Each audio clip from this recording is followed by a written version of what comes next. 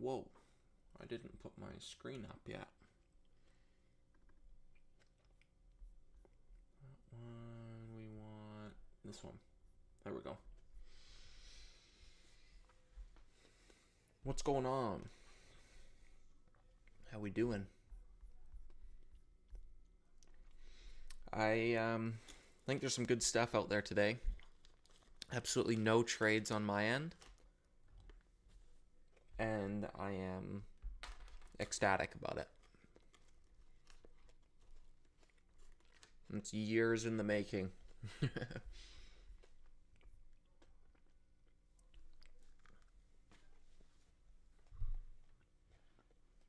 So, a bit later than normal, so we might not get a ton of people on here, but that's all right.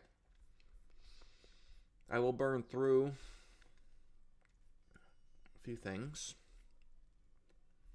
I noticed my my charts were kind of messed up too. Earlier, I was like missing some data, so hopefully it ends up being okay. But anyways, what's up, mister? How we doing? Open.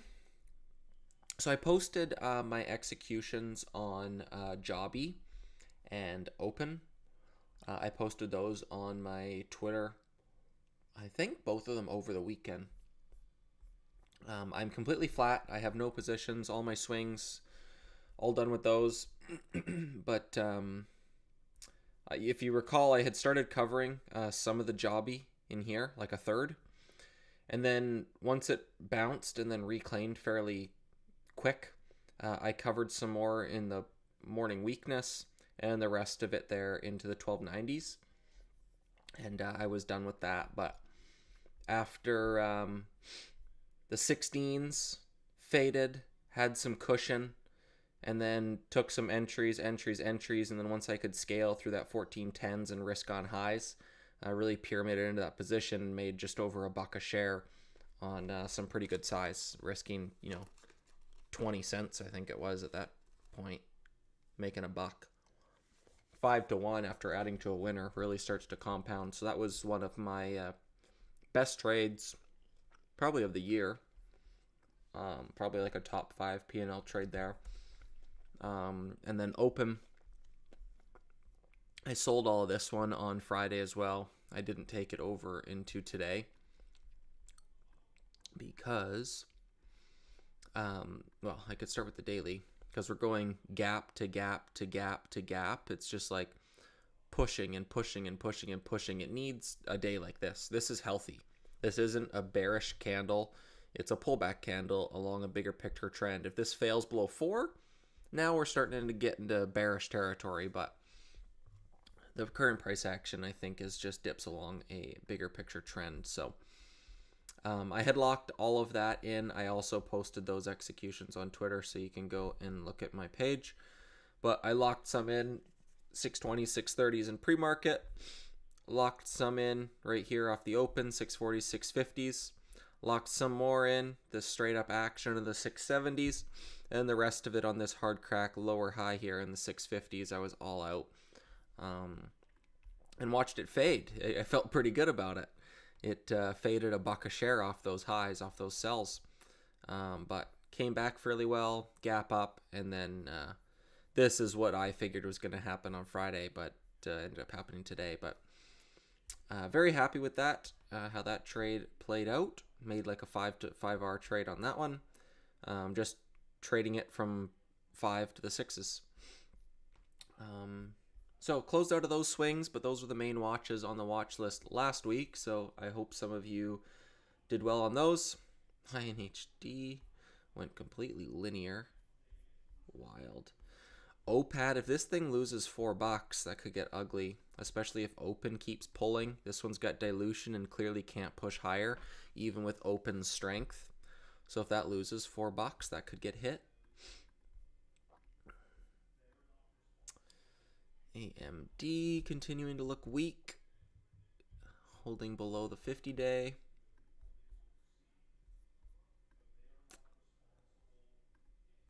NBY, I think this one's probably worth watch of a backside bounce. If volume gets any lighter, we're at 3.5 million shares traded on the day at around a $3 name. So it's just barely meeting that dollar volume requirement. But nice, clean front side move. And then first time it goes red, you get a pullback and then holds red for 2 days. It looks like more towards that $2-ish area is where that volume is, so it might need to have another red day. And the lower it goes, the better, because I think like this 3 to 320 area is like bounce range potential, where these prior dips had held and could possibly become resistance. So I'd get more interested closer to 2, but we'll see where we end up gapping and whatnot tomorrow. Hour multi-day runner, but volume is dropping each day it goes higher, so I don't love it for a first red day. I don't think I'd really miss it if I didn't trade it. Same kind of thing with duo, keeps going higher but volume is getting lower every day it goes higher. SNTG. So now we're getting into today's runners. Obviously Octo was the elephant in the room today, ran from $1.50 to $80. Absolutely insane move. BM&R put an investment into Octo to buy some Ethereum. And this thing went on an absolute tear. Now, this is not where I have edge whatsoever. This is a complete avoid. It's a gapper. I don't long gappers. I don't short gappers. I don't short day one runners. And I definitely do not like to short these treasury plays because they have not run their course like typical PRs do. They have stuck around, gosh, time and time again. But like I had started off this live with saying years in the making, and why I was so happy with no trades today was because there was so much stuff moving. There was percent gainers. This thing was up like 1,000% at pre-market by market open.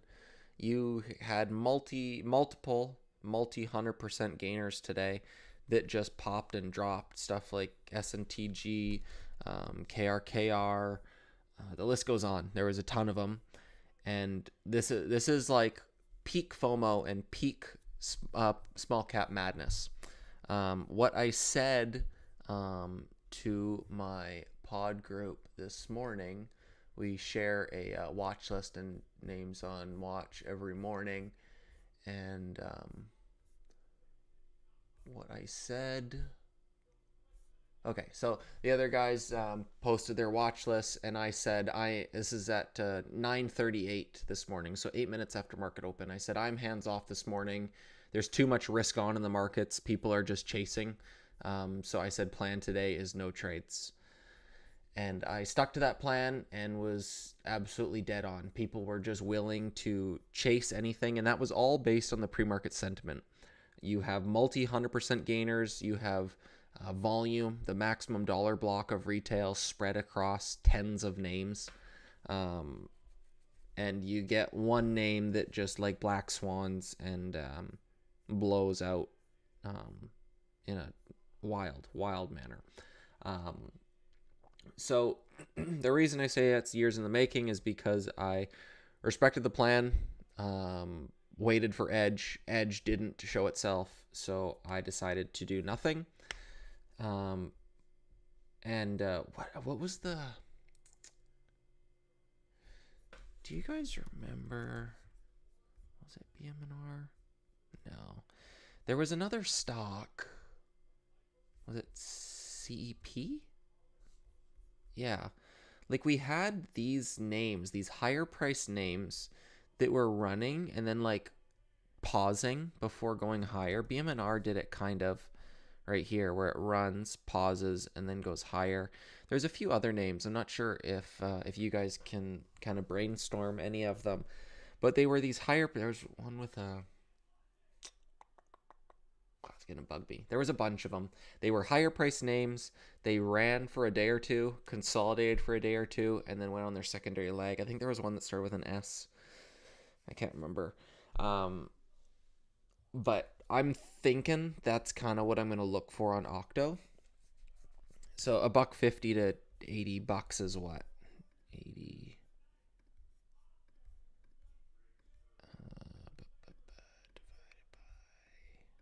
this times 100, 5,200% is what Octo was up today.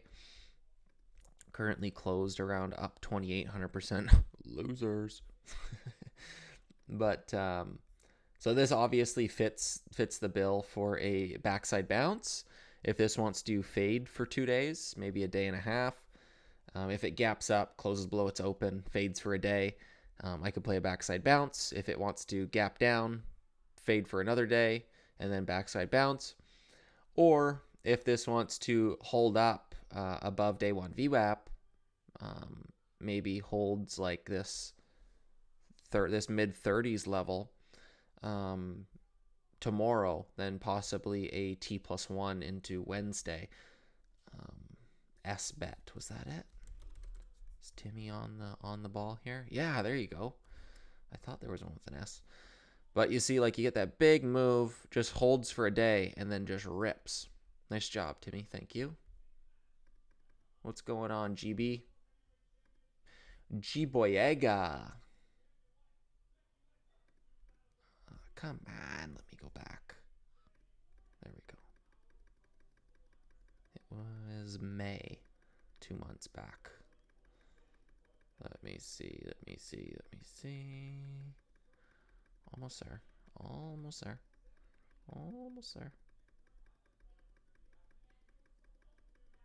There we go. So I think we could end up doing something like this where we get a complete volume dry up. You know, today was just peak liquidity, everyone chasing everything, and then volume just dries up, but holds right around this VWAP level. And then you can just kind of join trend versus day one's low a day, or day three's low a day, for a possible breakout.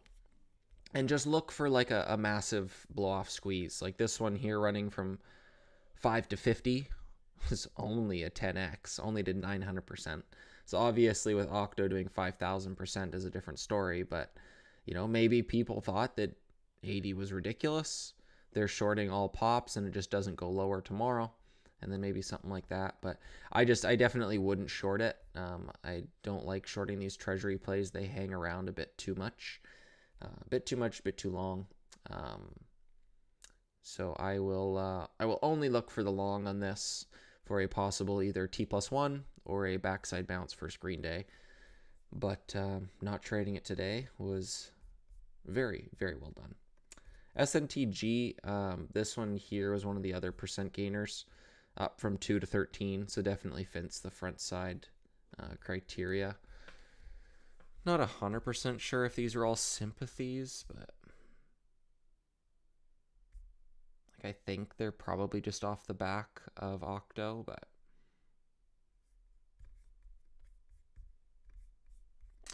I haven't done a ton of due diligence. Like, look at that. Just pop and drop. This is what people were chasing. Just ridiculous.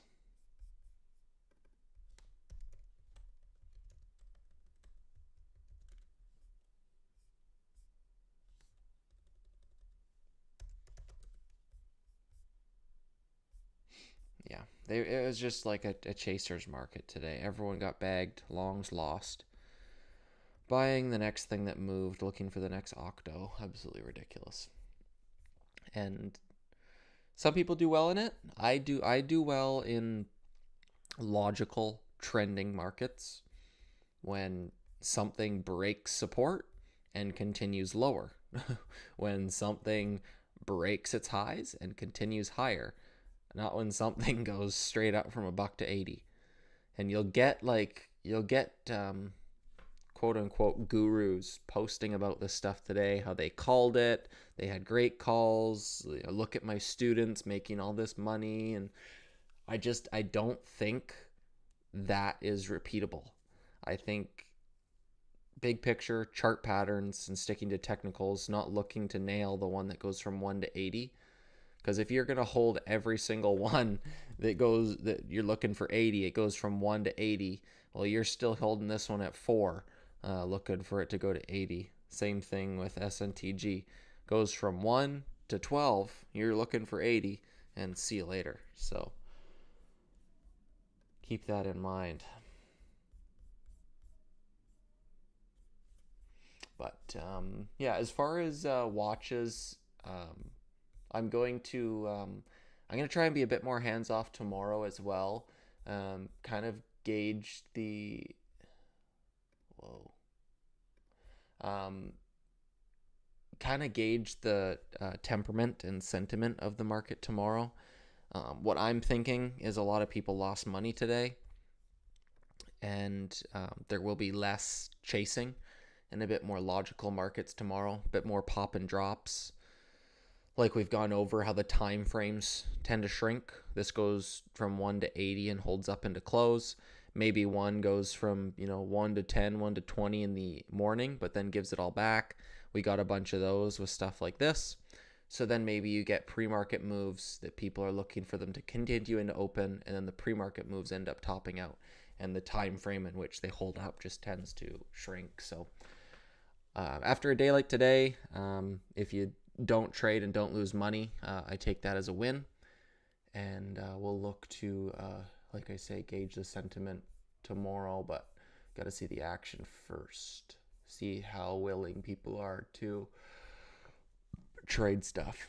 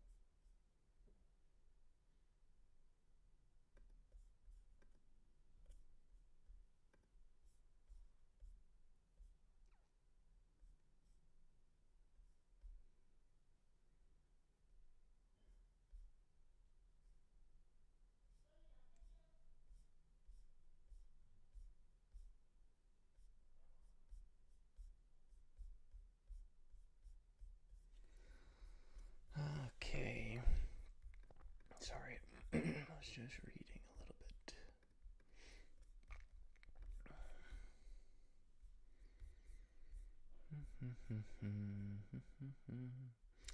Open, I'm not completely against a re-entry on this. I'm just not going to try to pick bottoms. But it looks kind of like this day, where we pull back, and if I can get a couple inside days and then join a trend like that. So I'm not going to take this one off radar just yet. So far it's still above the breakout level, still above 5, still above 4. This 4 to 5 range is where I see as key. So if this tests 5, maybe sets a higher low, could take a re-entry on that. But I will keep that one on watch. INHD I don't really have to watch anymore. OPAD I don't really care to watch. AMD, don't really care to watch. That trade is come and gone. Same with NVIDIA. Keep that one.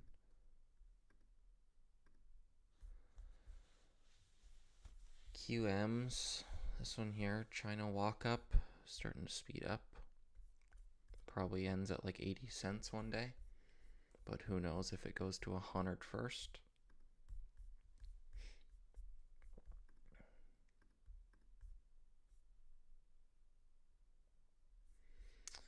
Don't hate the look of this. Kind of looks liquidity trap-ish. If it's over like 4s.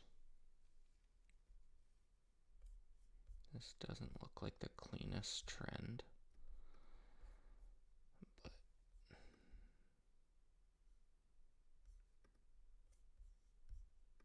definitely is tightening, objectively speaking. Maybe like a prior day high break or something. Don't hate that look. Yeah, I just can't short these things. The dailies look okay, but don't love how the volume is trading on them.